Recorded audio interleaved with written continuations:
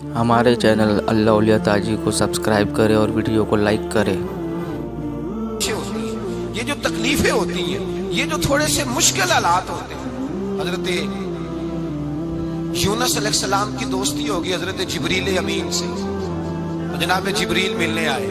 حضرت یونس علیہ السلام فرمانے لگے جبریل میرا دل کرتا ہے مجھے اس بندے کی ملاقات کرا جو اللہ کا سب سے زیادہ عبادت گزار بندہ ہے۔ حضرت جبریل امین لے گئے دور دور فلسطین کے علاقے میں، اور لے جا کر ایک بندے سے ملاقات کرائی جس کی دونوں آنکھیں بھی کوئی نہیں تھی، دونوں بازو بھی کوئی نہیں، دونوں پیر بھی کوئی نہیں، اور اس بندے کی زبان پر لفظ بڑا کیا جاری تھے، یا اللہ تیرا شکر ہے، یا اللہ تیرا، بول کے کہیے یا اللہ تیرا، اے اللہ تیرا شکر ہے، شکر شکر کر رہا تھا۔ حضرت جناب سیدنا یونس علیہ السلام کہنے لگے میں نے تجھے عبادت گزار کو ملانے کو کہا تھا، تو کہاں لے آیا؟ حضرت جبریل کہنے لگے یا یونس، یہ ہر چیز جانے کے باوجود اپنے رب کی رضا پہ راضی ہے۔ اس وقت دنیا میں نبیوں کے بعد جس سے اللہ سب سے زیادہ پیار کر رہا ہے وہ یہی بندہ ہے، یہ اپنے رب کی رضا پہ راضی ہے۔ اے تن میرا کنگی ہوئے تے میں زلف سجن دی باواں، تے پوش میرے دی جتی بن جائے تے میں یار دی قدمی آواں، مارو مارو مینو مار مکاؤ کوئی عذر نہ پیش لے آواں، تے جے سونا ہی میرے دکھ وچ راضی، جے سونا ہی میرے دکھ وچ راضی، جے سونا ہی میرے دکھ وچ راضی، تے میں سکھ نو چلے ڈاواں، مانا کہ جب اس حال میں راضی ہے تو بس ٹھیک ہو گیا، ٹھیک ہو گیا۔ وصل اچھا ہے نہ فراق اچھا ہے، بس جس حال میں محبوب رکھے وہی حال اچھا ہے، بس جس حال میں انہوں نے رکھا بات ٹھیک ہو گئی۔ اس میں اب انسان شکوا کرتے پھرے کہ یہ کس طرح ہے وہ کس طرح، اپنے آپ کو مطمئن رکھا ہے۔ مشکل کے بعد جو آسانی آئی، حضرت لقمان حکیم، ان کے نام پر قرآن مجید کی پوری سورت ہے۔ حضرت لقمان حکیم علیہ رحمہ آپ اپنے بیٹے کو نصیحت کر رہے تھے، کہنے لگے بیٹا کو مشکل آئے تو گھبرانا نہیں، کو مشکل آئے تو کرے بیٹوں کو سمجھ آ جائے کہ مشکل آئے تو، سمجھ آ رہی ہے بات کی، مشکل آئے تو۔ اور کیا خوبصورت جملے، بیٹے کو بٹھا کے کہتے ہیں بیٹا چھوٹی مشکل آئے گی تو اللہ بڑی مشکلات آسان کر دے گا، سمجھو چھوٹی مشکلات آئیں تو اللہ نے بڑی مشکلیں اس نے آسان کر دی۔ اور آپ کو بتاؤں اصل انسان ہوتا ہی وہ ہے جو مشکلوں میں جینے کا ڈھب سیکھ جاتا ہے، وہ بن جاتا ہے جو کرب کے حالات میں جینے کا سلیقہ سیکھ جاتا ہے۔ اپنے بچوں کو یہ سمجھانا، حضرت لقمان بیٹے مشکل آئے تو گھبرانا نہیں، بڑی کو ٹال دیتی ہے، وہ نیکی کا اور آسانی کا پیش خیمہ ہوتی ہے۔ اللہ اس کے بعد آسانی سمجھا رہے ہیں۔ کچھ دنوں کے بعد کہنے لگے آؤ فلاں اللہ کے نبی کی ملاقات کو چلیں، فلاں نبی علیہ السلام سے ملنے چلتے ہیں۔ اس زمانے میں جو نبی تھے ان سے ملنے چلے گئے۔ بیٹے کو بات یاد تھی، گھوڑے پہ بیٹھے، امام ابن جوزی نے اس کو لکھا ہے، گھوڑے پہ بیٹھے تھے دونوں کے پاس گھوڑے تھے۔ اب رستہ بہت زیادہ تھا، کھانا ساتھ لے لیا، پانی ساتھ لے لیا، رستہ لمبا تھا، صحرا کا علاقہ تھا۔ جب جانے لگے تو اتنی سخت گرمی ہوئی کہ گھوڑے بھی بے ہوش ہونے لگے، اچانک ایسی گرم لو چلی کہ گھوڑے بھی۔ اب دونوں باپ بیٹا جو تھے وہ بڑی جوش میں تھے کہ جانا ہی جانا ہے، گھوڑے سے اتر کر کے پیدل چلنے لگے۔ اب پیدل چلتے چلتے ذرا آگے گئے تو گرمی میں جتنا بندہ پیدل چلتا ہے اتنا پیاس بھی زیادہ لگتی ہے، تو پانی پیتے رہے، کھانا کھاتے رہے، کھانا پانی بھی ختم ہو گیا۔ تھوڑا آگے چلے نا، اس قدر تکلیف بڑی کہ حضرت جناب لقمان کے بیٹے کے پیر کے اندر ایک ہڈی پیوست ہو گئی، اتنی بڑی ہڈی تھی وہ اندر ہی چلی گئی، پیر خون کے فوارے گرنے لگے، بیٹا بے ہوش ہو گیا۔ حضرت لقمان اس کے سرانے بیٹھے تو بیٹا تھا نا، آنکھوں میں آنسو آ گئے۔ بیٹے نے آنکھ کھولی تو کہنے لگا ابا جی آپ تو صبر کرنے والے ہیں، آپ رو رہے ہیں۔ فرمایا بیٹے میں کیا کروں، میرے سینے میں جو دل ہے وہ ایک باپ کا دل ہے، تو باپ جو ہوا تیرا، تیری دکھ پر رونا آیا۔ بڑی مشکل سے دانت کے ساتھ ہڈی نکالی، ہڈی نکلی تو خون بھی چلا۔